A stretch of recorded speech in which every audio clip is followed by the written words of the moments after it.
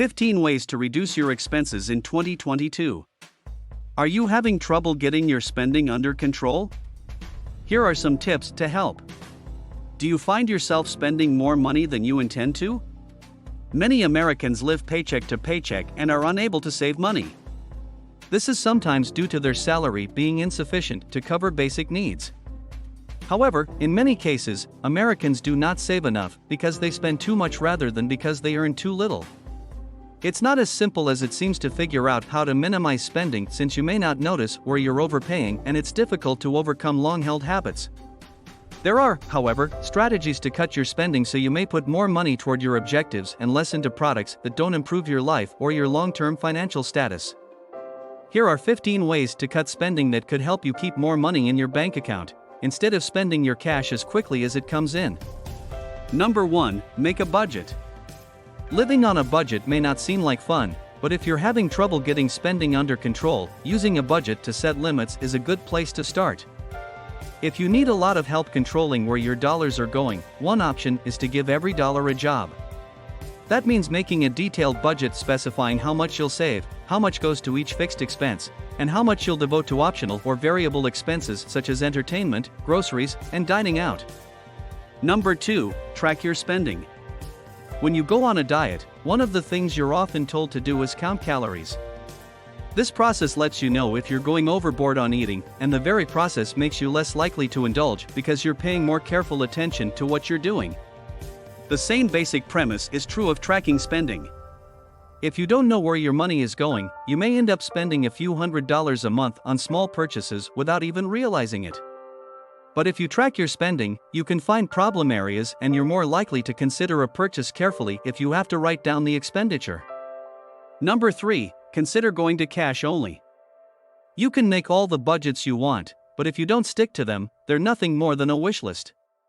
One way to force yourself to live within your means is to switch to spending cash only, at least for a while.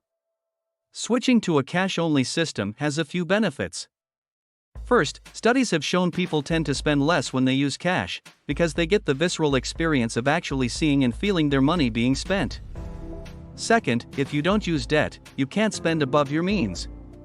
If you decide to switch to a cash-only system, automate payments to savings and to other essential expenditures. Then restrict yourself to only spending the cash that's left over. Your money will go where it needs to, and the cash you're left with will be all you have to spend. Number 4. Try an envelope system approach.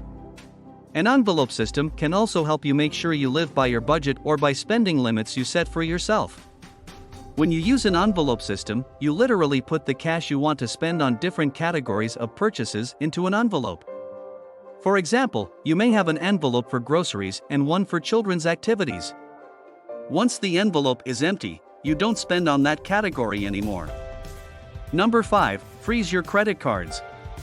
Avoiding credit cards can be important when trying to get your spending under control. However, you probably don't want to get rid of your cards entirely, because you need to develop a positive payment history to build credit. Furthermore, sometimes it makes sense to put large purchases on credit cards as long as you pay off the balance right away so you can get rewards and bonuses. If you want to keep credit cards around but you're trying to cut spending, it's important to make sure they aren't too much of a temptation. One good option is to freeze your card in a block of ice. If you do this, you'll have to wait for the ice to melt before you use your card. You'll be forced to take time to think about your purchase, and the waiting will make you much more conscious about what you're using your card to buy. Number 6. Institute a 24-hour rule for purchases. Another good way to make sure you aren't spending mindlessly is to force yourself to delay before buying things. A 24-hour rule is a good approach. When you institute a 24-hour rule, you stop to think for a day before you buy something you may want. There are different ways to approach the 24-hour rule. You can set a basic threshold and determine that you'll apply the rule to any purchase over, say, $50. Or you can establish a rule that you'll take a full 24-hour period for each $100 in cost. So if you wanted to buy a $300 TV, you'd think about the purchase for at least 3 days before going back to buy.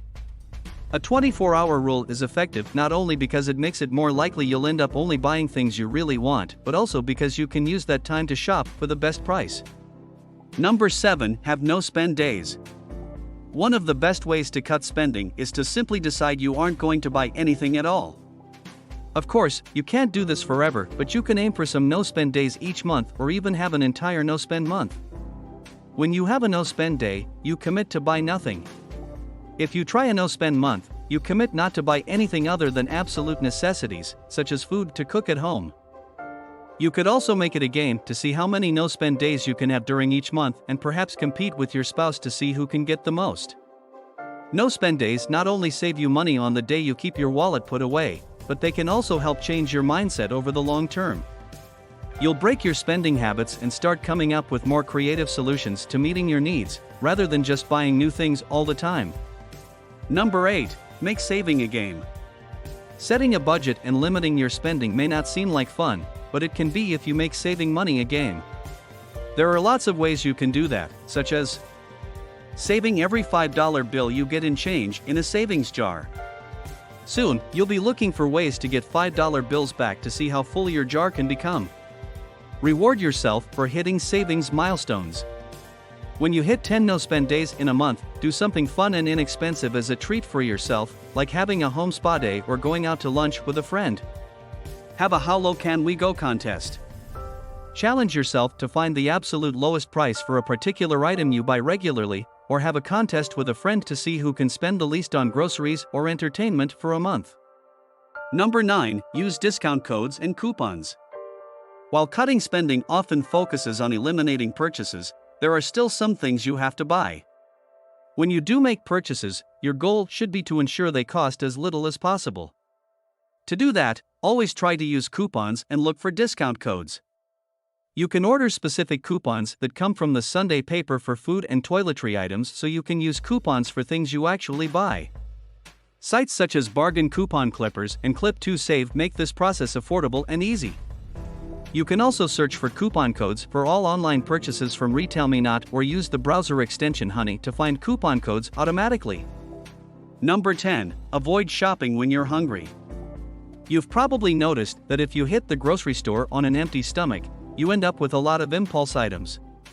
But what you may not know is that you're also vulnerable to overconsumption if you shop anywhere when you're hungry. In fact, researchers found a department store shopper who was hungry spent as much as 60% more on non-food products than shoppers who weren't starving. There are evolutionary reasons you have a tendency to try to acquire things when you're hungry, so make sure you avoid heading anywhere where you're likely to break out the credit cards unless your belly is full. Number 11. Always shop with a list. Another good way to avoid impulse buys is to make a list of items you need to purchase, and then stick to the list. You can do this at the grocery store, but also when you shop for other things. If you're hitting the mall to buy a pair of shoes and a new belt for work, write down what you're going to purchase, and don't be swayed by other things you see along the way. Keeping a list of big upcoming purchases can also be helpful to time your shopping strategically to buy when items go on sale. Number 12. Unsubscribe from email newsletters and catalogs. Signing up for email offers or catalogs from your favorite store may seem smart, especially if you get coupons or special offers mailed to you. But the reality is, all of the promotional offers just make you more inclined to buy something. You may see a must-have item in the catalog or decide a coupon is too good to pass up, and you end up spending money you otherwise wouldn't have. Eliminate this temptation from your life. Number 13. Remove your credit cards from online accounts. Do you store your credit cards on your online accounts to make checking out easier? If you do, erase them. It's inconvenient to have to re-enter your information every time you want to buy something. That inconvenience is exactly the point. You're much less likely to make a purchase if you have to get your wallet, get out your card, and type everything in than if you can just click a Buy Now button and be done in an instant.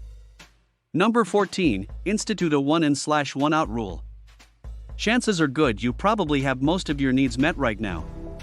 To make sure you don't buy unnecessary items, institute a one-in/one out rule.